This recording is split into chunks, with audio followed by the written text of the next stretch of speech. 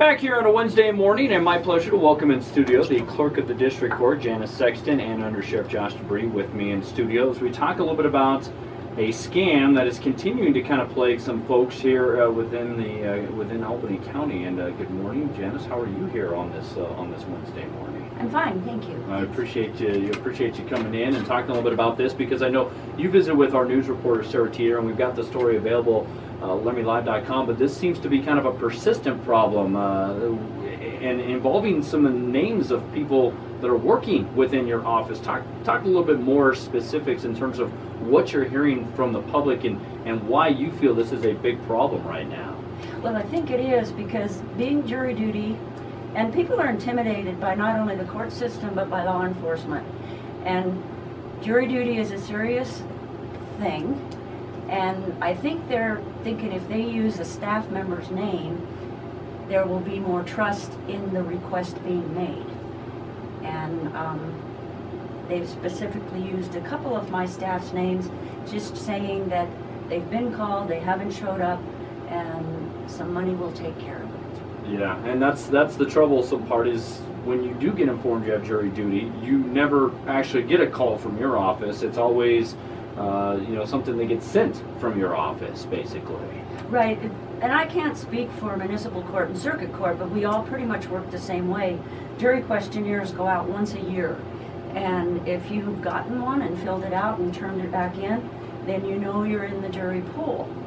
And you will never get a call or be notified from us unless we actually have a trial that we are calling you to appear for.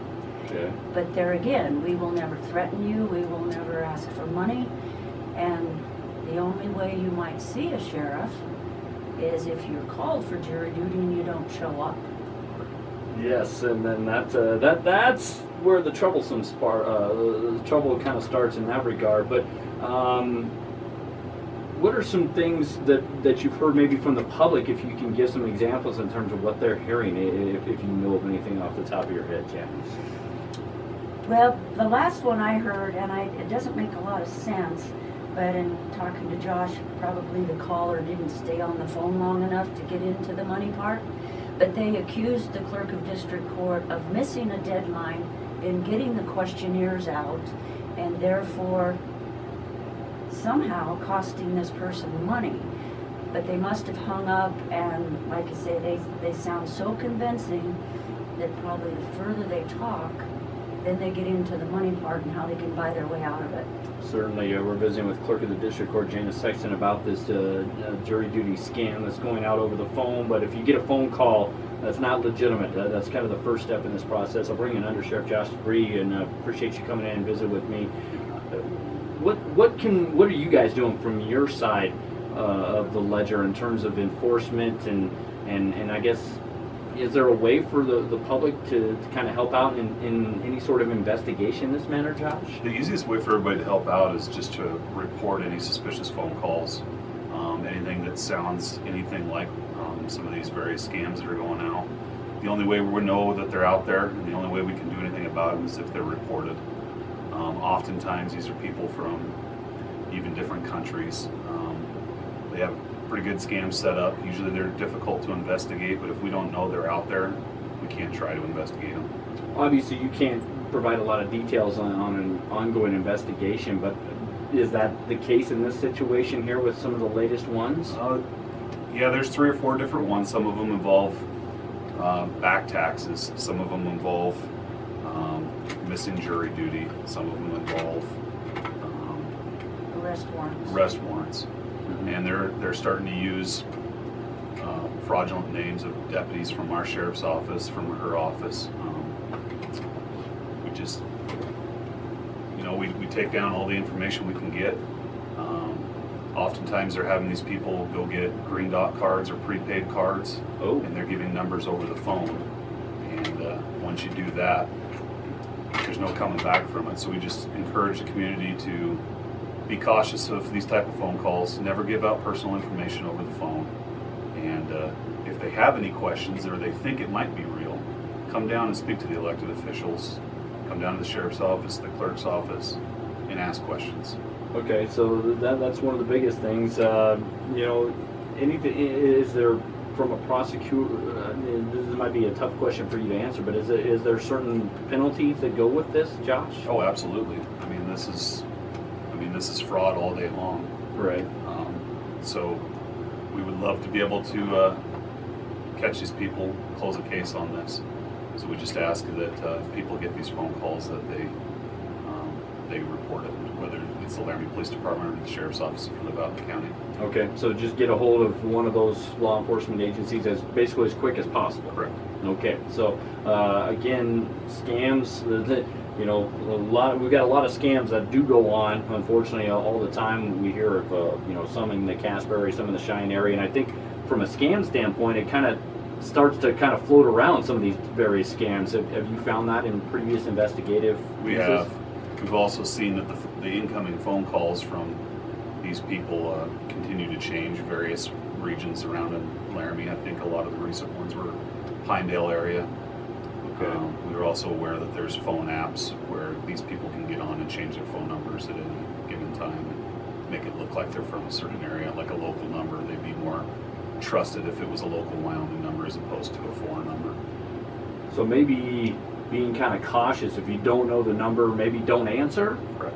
Okay, then that would be one maybe piece of advice. What else can you tell us about this, Janice, in terms of, because I know I've been in the jury duty pool a couple different times in my tenure here, living in the city of Laramie. You mentioned you send out these questionnaires. That's the biggest thing, is these get sent out, what, beginning of the year? So That's what we do, and I think circuit and municipal court are the same, but it's just once a year. And in district court, we send out 2,000 around the first part of the year. Once they come back and we redo for second requests, we never even send law after you if you don't turn it in. I mean, I hesitate to say that, but we won't put out a warrant for your arrest by not turning in a jury questionnaire. We'll hound you quite a bit. So once all the jury questionnaires are submitted, then our computer randomly throws them into 6 different pools, and if and when a jury trial comes up, our computer randomly throws out 70 names and the first 48 that we actually talk to personally. And the call goes something like this: this is Janice from the Clerk of District Court's office, and you're being called to appear for jury duty. The trial will be a week from today. Come to the 3rd floor of the courthouse. The bailiffs will check you in. There's no money involved, there's no threats, we do tell them to take a pencil, write this down, because it'll be the only notice you get. But contrary to what anybody might believe, you can't buy your way out of jury duty regardless of how much money you have. yeah. A way to reclaim that money, Josh? Is there something like that in terms of trying to get reimbursement, especially going after, kind of, as you mentioned, some of the foreign parties? Typically we see banks that see this as fraud, and they usually cover it on their end. As far as if we're ever successful in catching a suspect on one of these fraud cases, county attorney's office, crime victim witness would work on that aspect. Have you been able to track down any parties recently? No, not recently. Okay, all right, so just be on the lookout. Anything else when kind of protecting yourself in this regard that you can offer advice, Josh? Just use common sense. If it doesn't sound right, it's not right. Err on the side of caution. You can be cordial to these people and tell them you're going to call them back if you have questions about it. But nobody's going to call and ask for personal information or money over the phone from any county agency. So that's just what we want to close with for today. All right. Well, I appreciate both of you coming in on the program and talking a little bit more details about this, because obviously it's big for both parties. Because obviously, as you mentioned, Janice, that if you don't show up once you are actually supposed to appear for jury duty, that's when the sheriff's department might come after you. But prior to that, you're just, as you mentioned, just going to hound people and say, hey, just this is a reminder, fill out your questionnaire, and then you're going to get the call from you in terms of when exactly to appear. And I've had that phone call before, folks. Right, and even if you don't appear and the sheriff comes after you, he's just going to bring you to talk to the judge. They're not going to throw you in jail or fine you, at that point. Then it's between the juror and the judge. So Okay. I would just say, don't be threatened. If you have questions, we're there to help.